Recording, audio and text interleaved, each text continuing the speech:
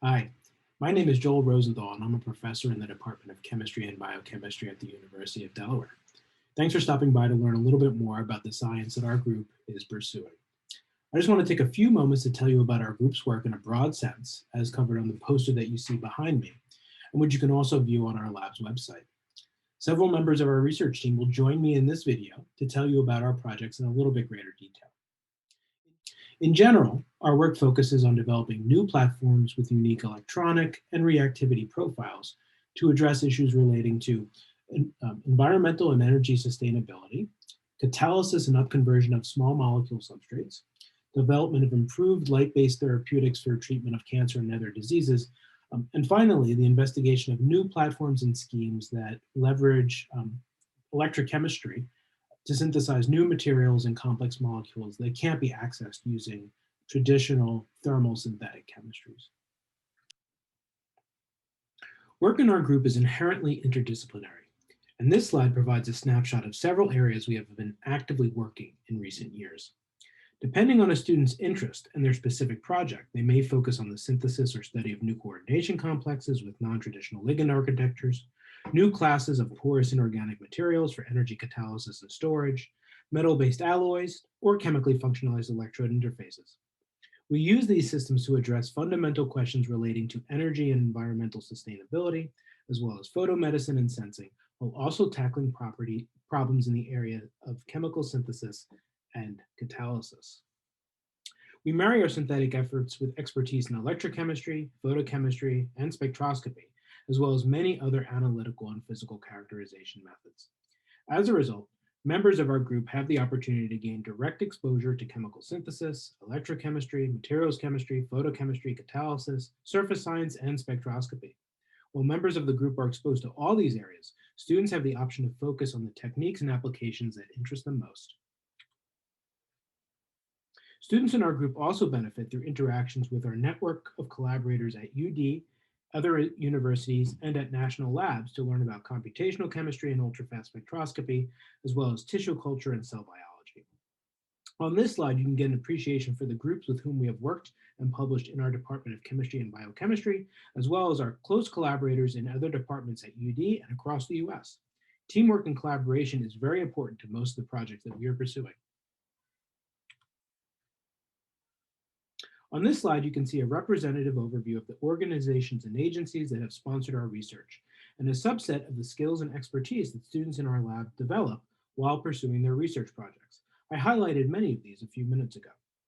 In addition to being exposed to many applications of importance and gaining experience in the lab, members of our group also develop professional skills important to their future success, including the ability to think critically and dissect the scientific literature, writing skills, oral and poster presentation skills, research ethics, and the ability to work collaboratively across a multidisciplinary team. I'm now going to turn it over to some of the students in our group who will tell you more about their work. I also invite you to take a virtual tour of our lab, learn more about our research facilities and instrumentations, our prior work, and the scientific problems we are currently tackling by stopping by our lab's website. We also post all our publications and latest advances on Twitter, so that's a great way to keep up to date with what we do. Finally, I'm happy to answer any specific questions that you might have or to meet with you to discuss our work. So please feel free to email me to learn more. So hello, everybody. My name is Tabiso. I'm going to show you guys some of the work that we are doing in the Rosenthal group in designing new materials for electrochemical energy storage. For example, we are interested in taking electricity from renewable sources such as solar to drive CO2 conversion into useful chemical precursors such as carbon monoxide, which can be used further on to make useful liquid fuels. However, CO2 is a very thermodynamically stable molecule, so it brings about several thermodynamic challenges if you want to drive this chemistry. For example, you need to consider that you need very negative applied potentials, and most of these possible products also occur within a very narrow electrochemical window that is challenging to selectively produce one product over another. And on top of that, you also have the hydrogen evolution reaction, which is always competing. So in our group, we are interested in three key things to solve some of these challenges. First, we want to design different electrode compositions that will hopefully help us to reduce the required applied potential. And we're also interested in using ionic liquids as proton sources, because that would hopefully help us to selectively produce one product over another. Third, we do all our electrochemistry under non-aqueous conditions, because that allows us to completely eliminate the competing hydrogen evolution reaction. So one of the key results that we have shown is that you can take relatively cheap bismuth salts, and you can electrodeposit these. We electrodeposit these on classic carbon substrates to use as our cathode materials to do CO2 reduction. And then you can have a solution of acetonitrile containing, for example, imidazolium-based ionic liquid. And as we show here on this voltammogram, we show that under nitrogen, you don't have any appreciable current within this electrochemical window. But once you introduce CO2, you see this large current enhancement, which is indicative of CO2 activation. Okay, now we also perform controlled potential electrolysis studies in order to determine the selectivity of this particular electrochemical setup. So here, for example, in the presence of this imidazolium ionic liquid, if we apply a potential of -2 with different anions of the same ionic liquid, we see that we basically predominantly promote CO2 conversion into CO at different current densities. So we also study slightly different and slightly more acidic ionic liquids based on dBUH. And we show that if we keep the same bismuth electrode material, and we just change the ionic liquid, so we can use voltammetry. We can use voltammetry studies to show that these two to study how these two ionic liquids behave in electrocatalysis. So again, we could do the voltammetry under nitrogen, and we only see this wave at more negative potentials corresponding to hydrogen evolution. However, once we have CO2 in the solution, we get this blue curve at more positive potentials, which is indicative again of CO2 activation. And we also perform similar controlled potential electrolysis studies.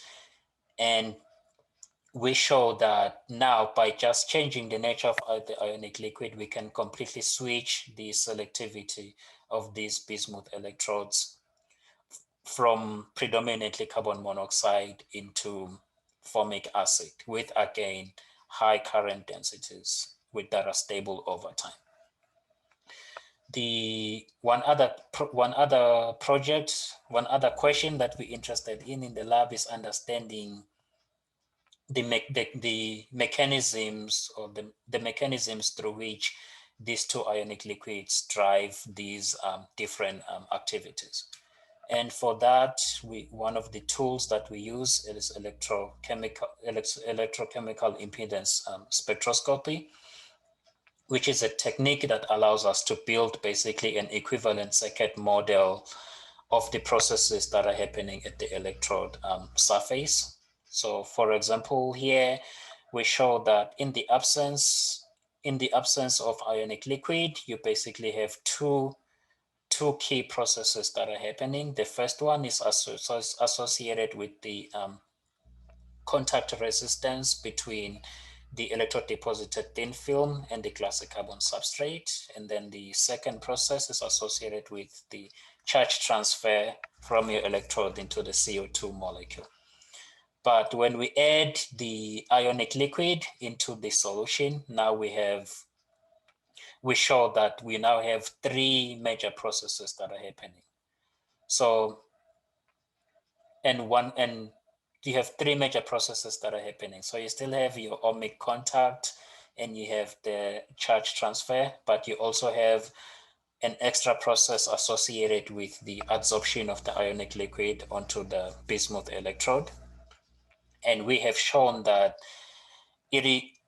depending on the ionic liquid that you are using, you have very different responses of these adsorption processes. And that is the reason that by just changing the nature of the ionic liquid, we can completely switch the selectivity of these systems. Hello, my name is Lynn. I'm a fifth-year graduate student in the Rosenthal group.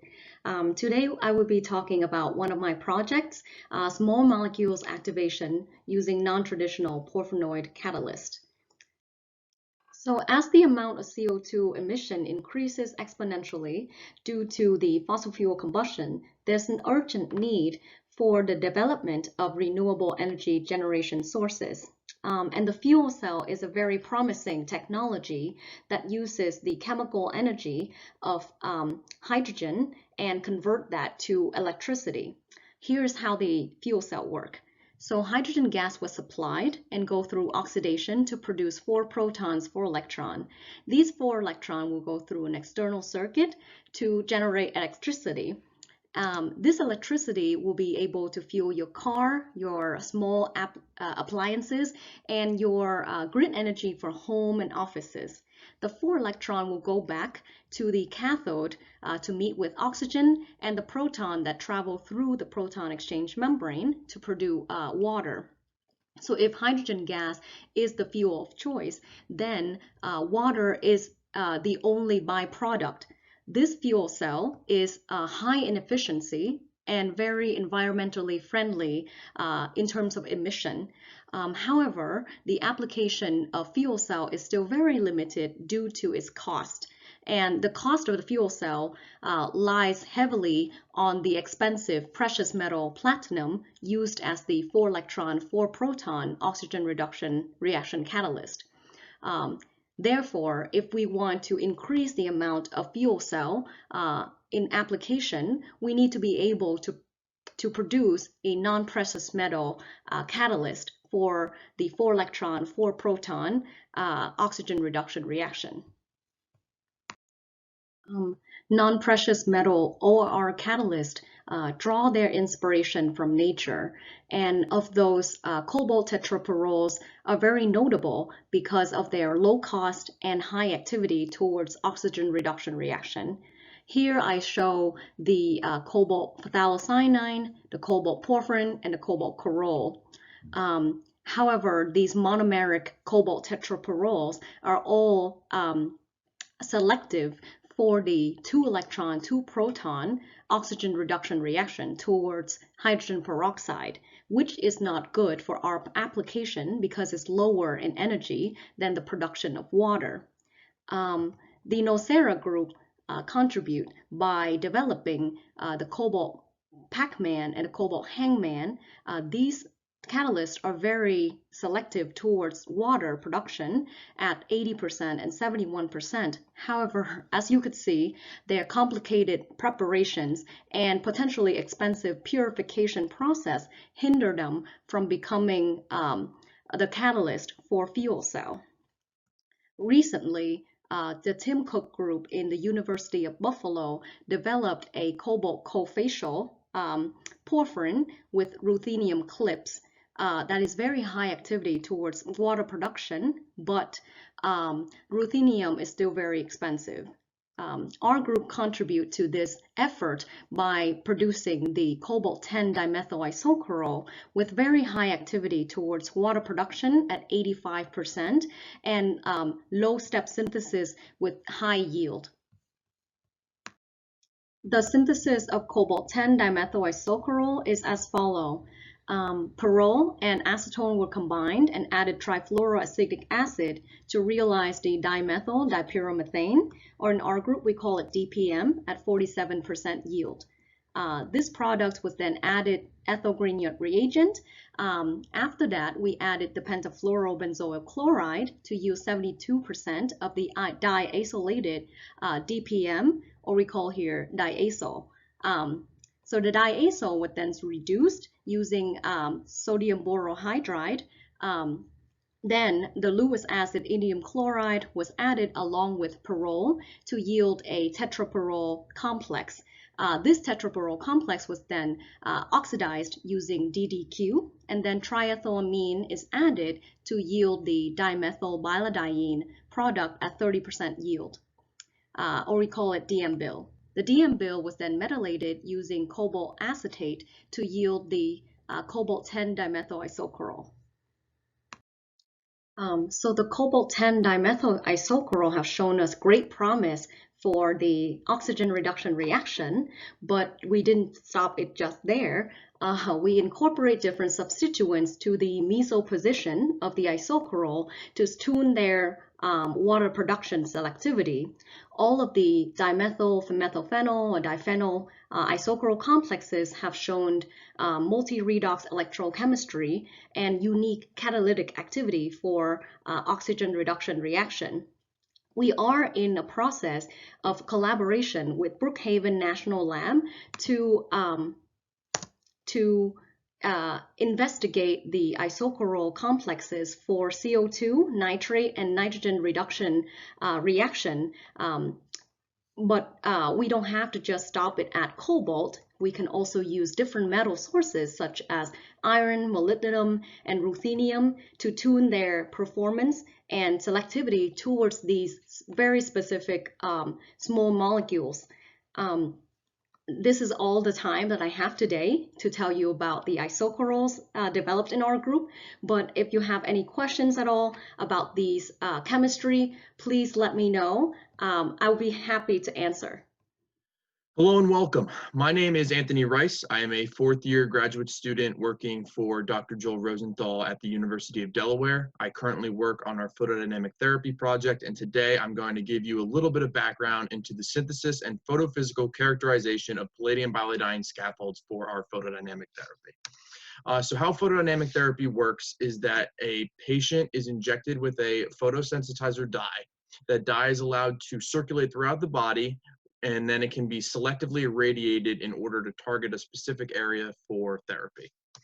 How it works is that the photosensitizer absorbs wavelength of a particular, absorbs light of a particular wavelength. It's absorbed up into the excited singlet state. From there, it can undergo intersystem crossing into that excited triplet state, where it can then interact with ground state triplet molecular oxygen, undergo energy transfer, and promote that oxygen into a singlet excited state, which can then interact with organic material and kill cells.